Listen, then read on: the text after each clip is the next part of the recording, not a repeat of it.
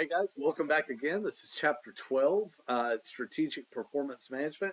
Really, how you're trying to strategically manage the operations of your company.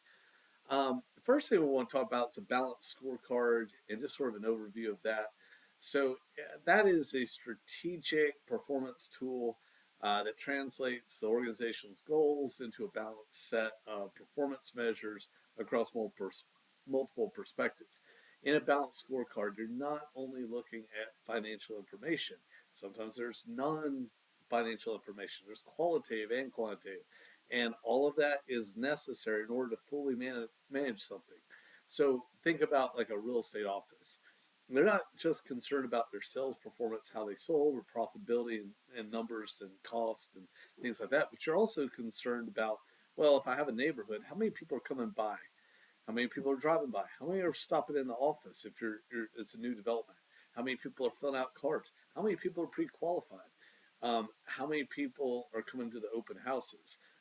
Do I have better results with one realtor than another realtor in terms of sales?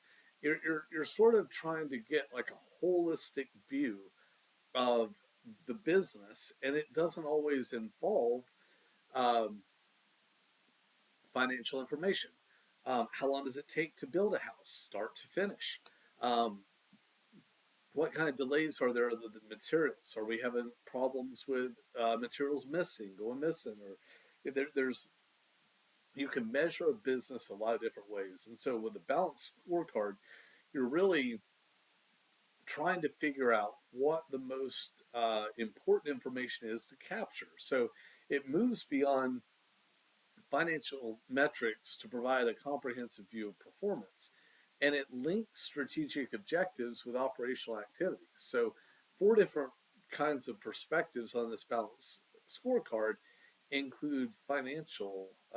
Obviously, you're concerned about profitability and cost management, and you want to look at return on investment, net profit margin, and a lot of these other factors as well.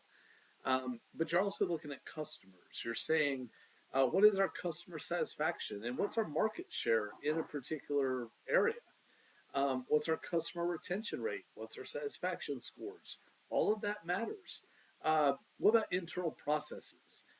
Tracking operational efficiency and effectiveness, looking at cycle times or defect rates, things like that. Anything that might be of value to the organization. What about learning and growth? Looking at employee development, innovation, like the number of training hours employees are having, or R&D investment that you're making as a company.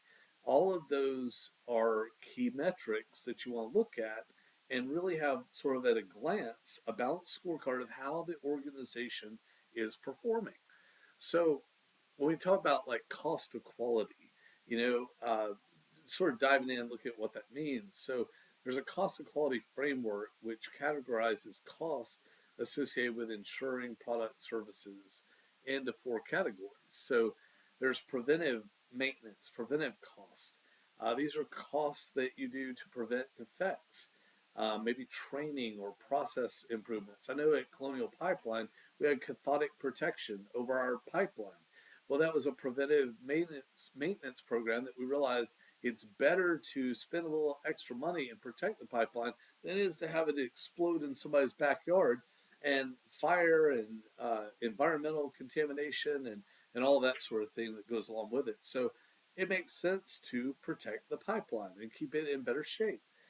There's appraisal costs. These are costs to detect defects, such as inspection or testing. There's internal failure costs. These are costs of defects before reaching customers, like scrap or rework. There's external failure costs, which are cost of defects after reaching customers. There's also dealing with warranty claims or loss of reputation. All of those are important things to consider. Also, investing in prevention and appraisal reduces internal and external failure costs, and that ultimately improves profitability. So, when we look at operation performance measures, these are measures and metrics that would focus on operational efficiency and effectiveness with key processes. So, some examples here would be like efficiency, cycle time. What's the time required to complete a process?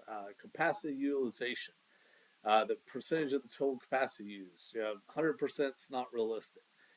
You're gonna have some downtime. You're gonna have machines break. You're gonna have holidays. 100% is not realistic. If you're not running three shifts 24/7, if you're not staffed the same way, it's just not realistic. Yeah, people are gonna get tired. They're gonna get sick. So think about that. Quality. There's defect rates. There's percentage of defective products. There's the first pass yield. Percentage of products meeting standards without rework. There's flexibility. There's changeover time. There's time required to switch production lines. Delivery, on-time delivery rate. What percentage of orders are delivered on schedule? What are behind? You care about this.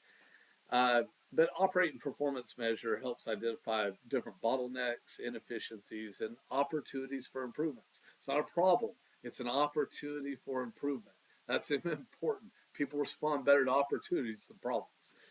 So, when you construct a balanced scorecard, you need to first define your strategic objectives. Try to figure out the goals for each perspective: the financial, customer, internal processes, learning, growth. Then you also want to select your key performance indicators, your KPIs. Uh, you want to choose measurable metrics aligned with those objectives. For the financial perspective, maybe you use the ROI, but for the customer perspective, you use customer satisfaction scores. You want to set targets. You want to define achievable performance targets for every KPI. You want to reduce the defect rates by 10% in 6 months. Then that's a goal. It's smart. It's measurable. It's achievable. There's a timeline. You make a smart goal. Um, Link to initiatives. You align specific actions or projects with objectives. Examples could be where you implement employee training programs in order to improve customer satisfaction.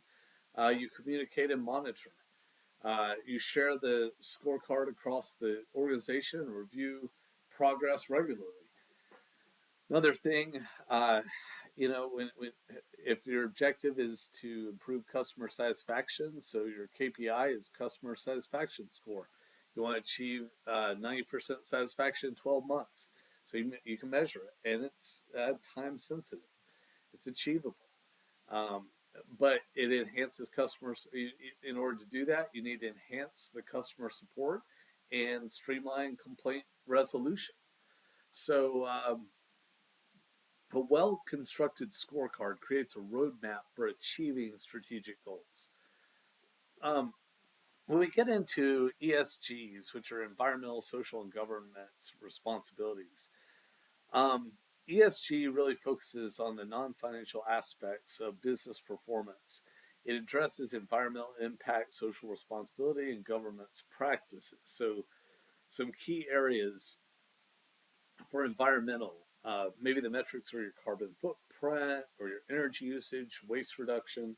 Maybe you want to reduce greenhouse gas emissions by 20% in 5 years. So you put that down.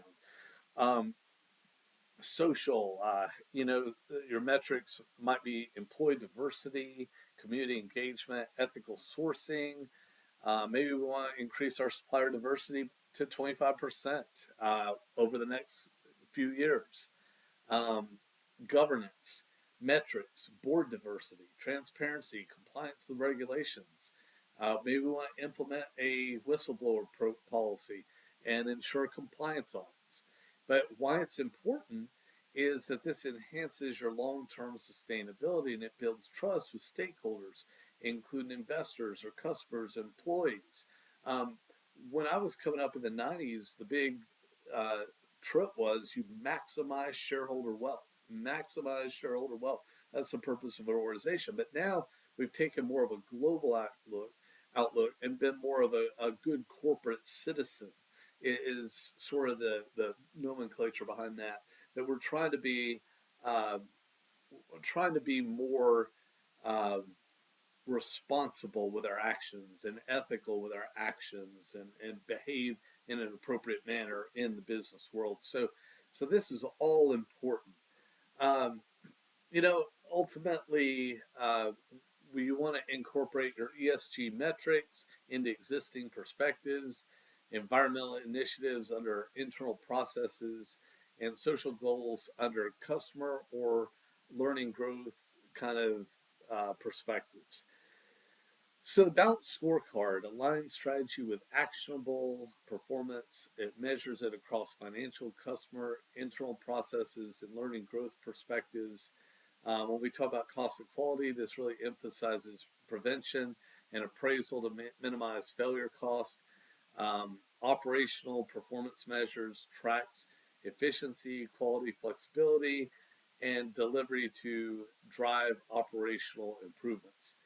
Um, we talked about a step-by-step approach in order to construct that balanced scorecard, the different categories you want to include as you develop that and personalize it for your own organization. And the ESG integration is basically expanding our responsibility to environmental, social, governance metrics, which really helps us sustain ourselves as a company and organization long term. So um, this really was meant to just give you a broad overview into the way that you have strategic performance management within an organization. Guys, if you have any questions, need anything else from me, let me know. I'm always here to help. Hope you guys have a great week. Talk to you soon.